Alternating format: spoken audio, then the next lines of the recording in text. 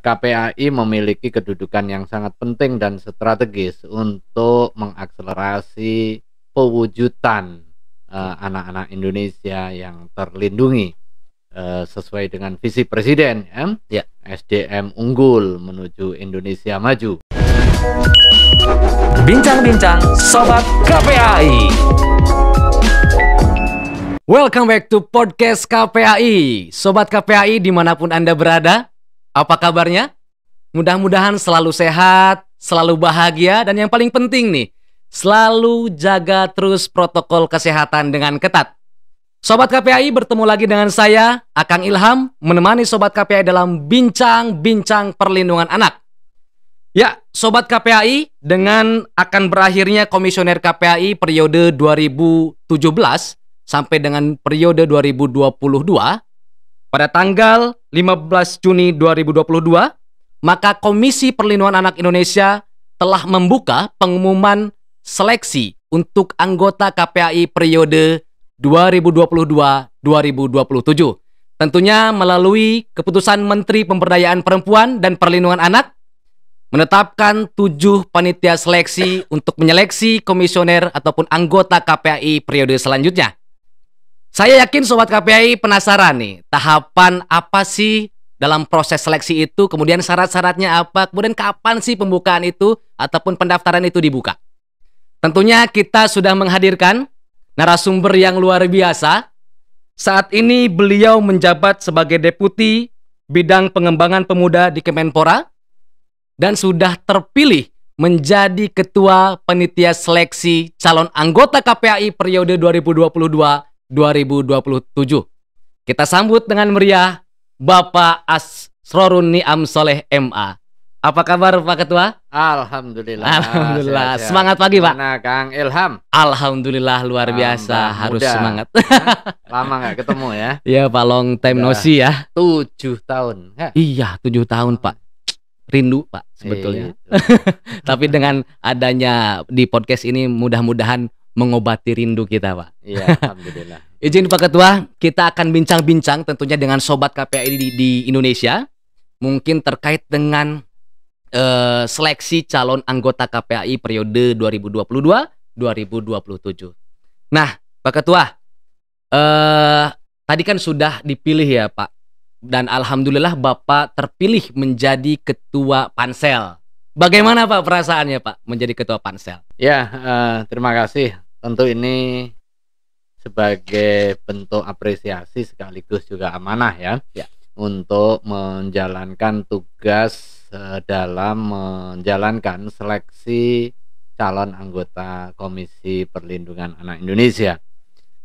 KPAI memiliki kedudukan yang sangat penting dan strategis untuk mengakselerasi pewujudan anak-anak Indonesia yang terlindungi sesuai dengan visi Presiden, SDM unggul menuju Indonesia maju. Dan salah satu prasyaratnya adalah terwujudnya generasi unggul, mulai dari pemastian anak-anak Indonesia terlindungi. Nah, KPAI sebagai garda terdepan di dalam pengawasan penyelenggaraan perlindungan anak, maka harus dipilih orang-orang yang kredibel dan juga kompeten tentunya ya di dalam pertama penguasaan substansi terkait dengan isu-isu perlindungan anak, kemudian yang kedua dia memiliki attitude, kemudian memiliki panggilan jiwa. Jadi bukan hanya sekedar dia mau, tetapi juga motivasi dari dalam diri. Itu yang paling penting. Wah, luar biasa. Artinya ada panggilan jiwa untuk melakukan pengawasan ataupun untuk melakukan efektivitas perlindungan anak di Indonesia, begitu ya Pak? Betul. Baik.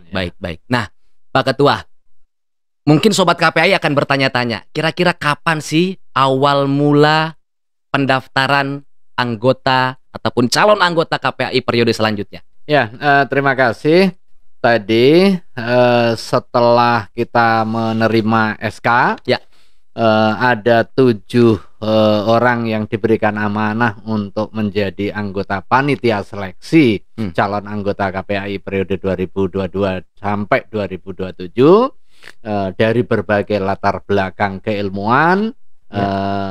Akhirnya kami tadi bertemu, berkumpul, melakukan persiapan-persiapan, dan salah satu persiapannya adalah menyusun organisasinya.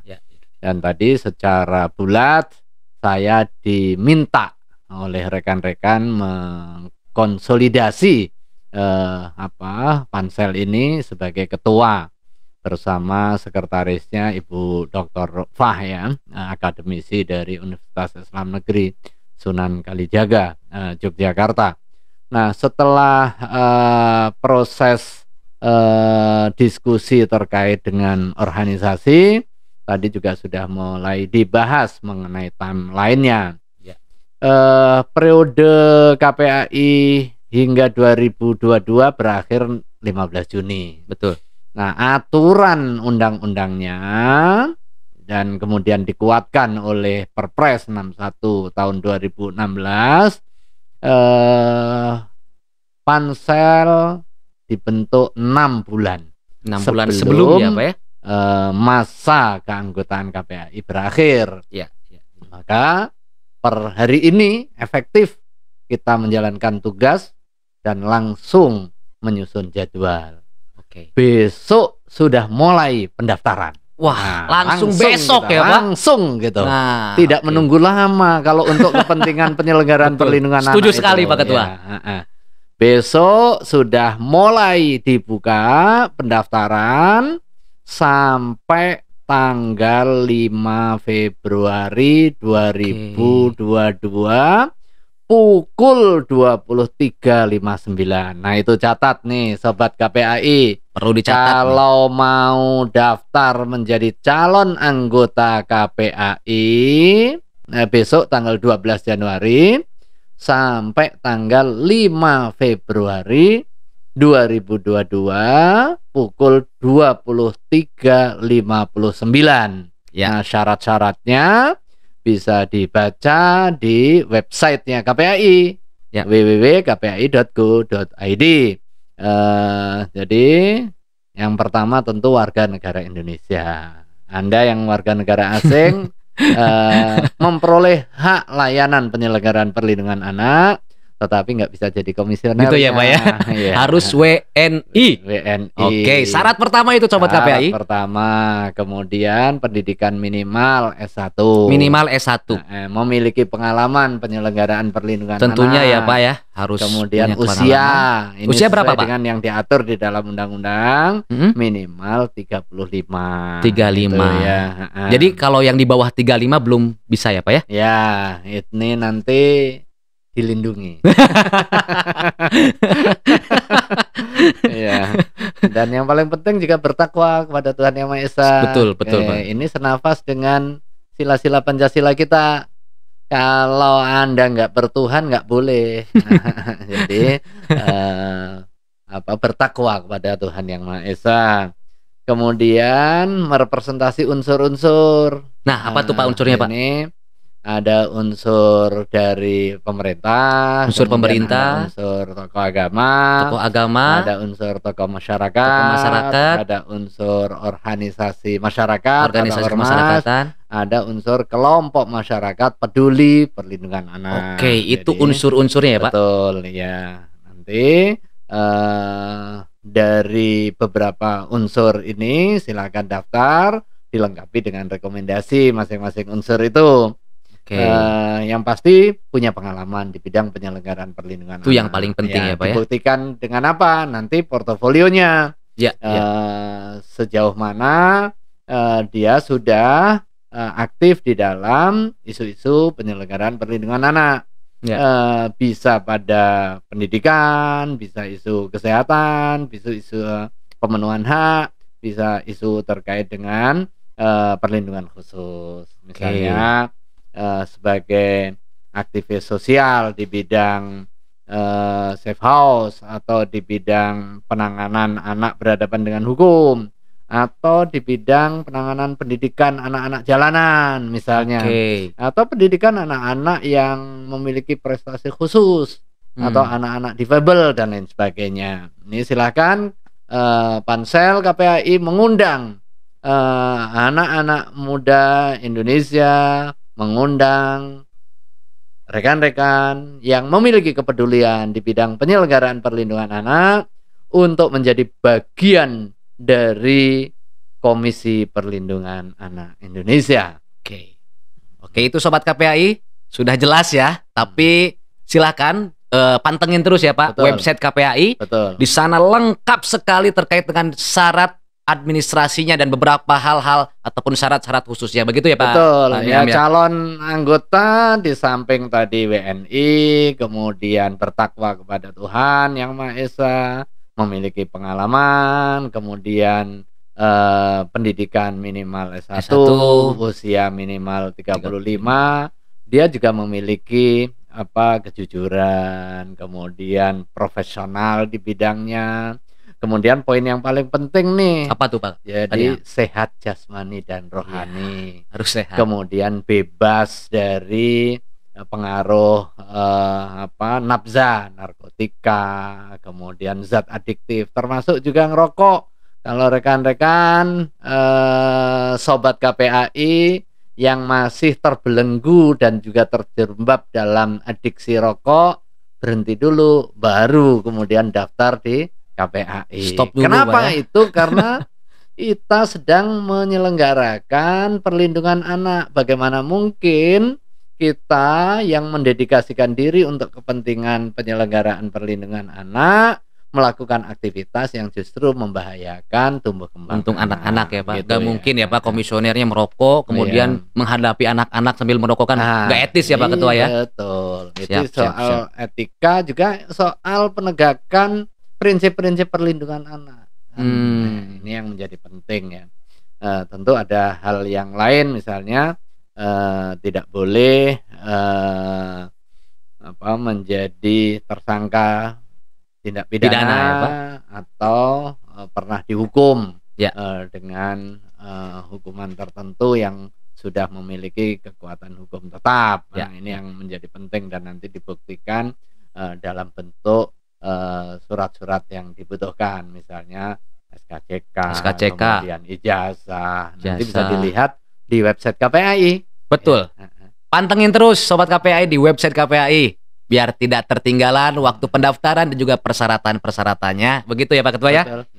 Baik Pak Niam, apa komitmen dari panitia seleksi untuk menghasilkan calon anggota KPAI yang memiliki komitmen dan integritas, Pak?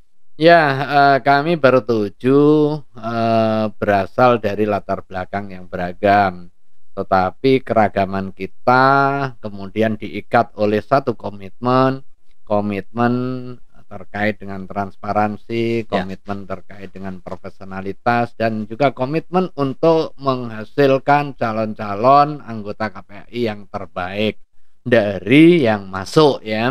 Tentu pertimbangan profesionalitas, kemudian pertimbangan akuntabilitas menjadi sangat penting.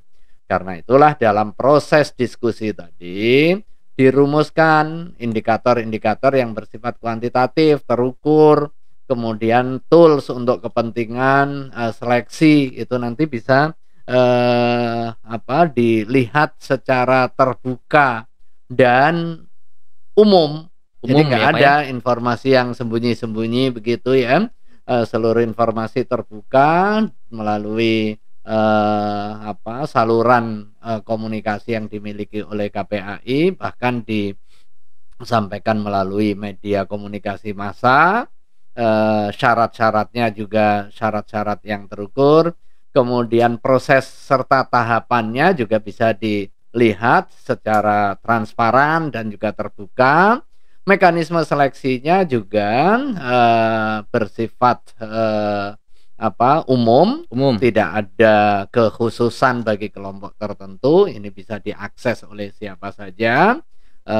Mekanisme seleksi administrasi juga didasarkan kepada pemenuhan dokumen administrasi yang dipersyaratkan.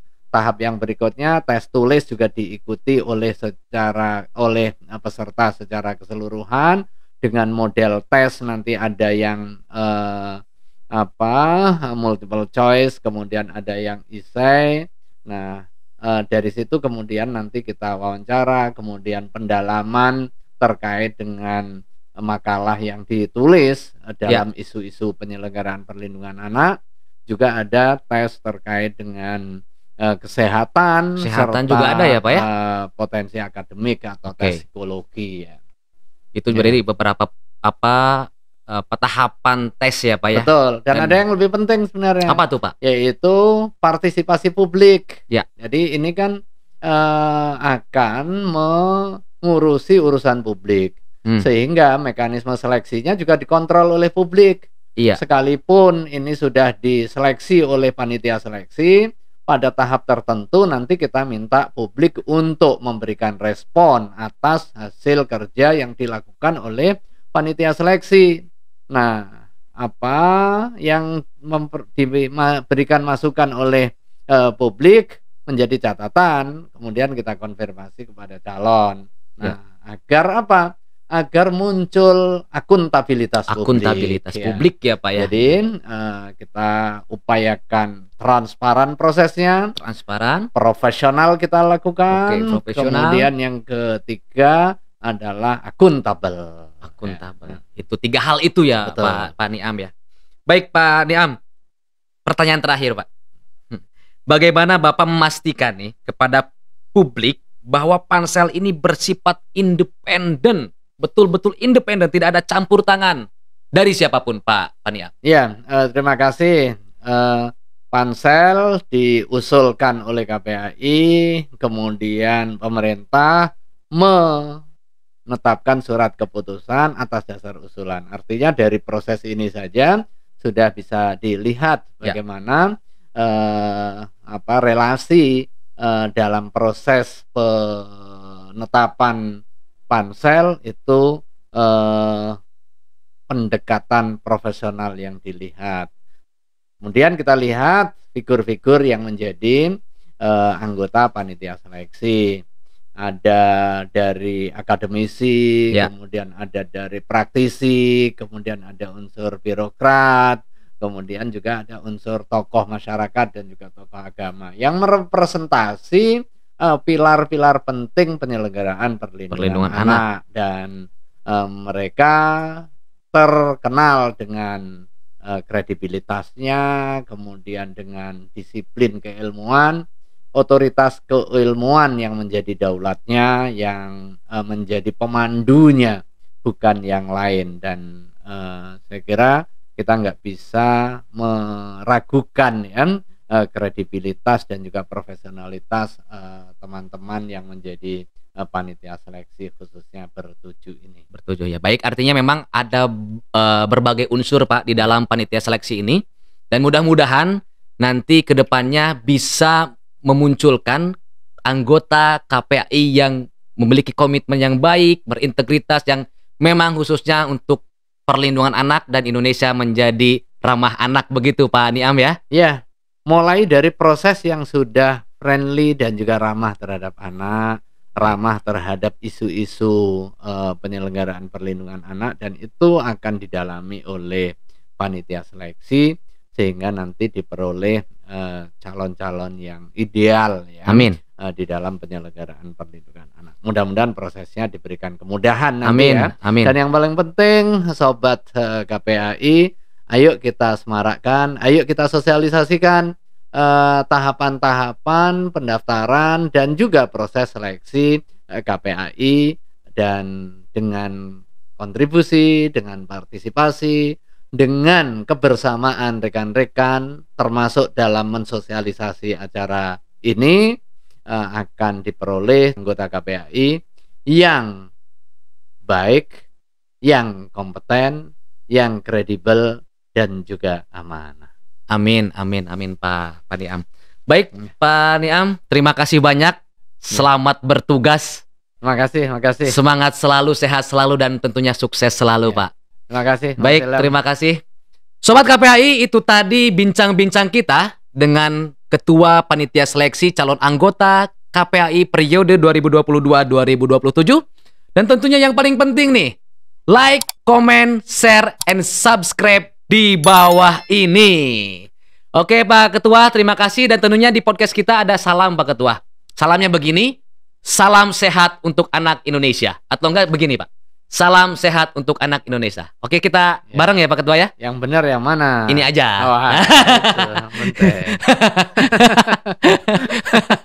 Oke, gini aja Pak Ketua. Oke, 1, 2, 3. Salam sehat untuk anak Indonesia. Terima kasih Pak Ketua. Assalamualaikum warahmatullahi wabarakatuh. Waalaikumsalam warahmatullahi wabarakatuh. Bincang-bincang Sobat KPAI.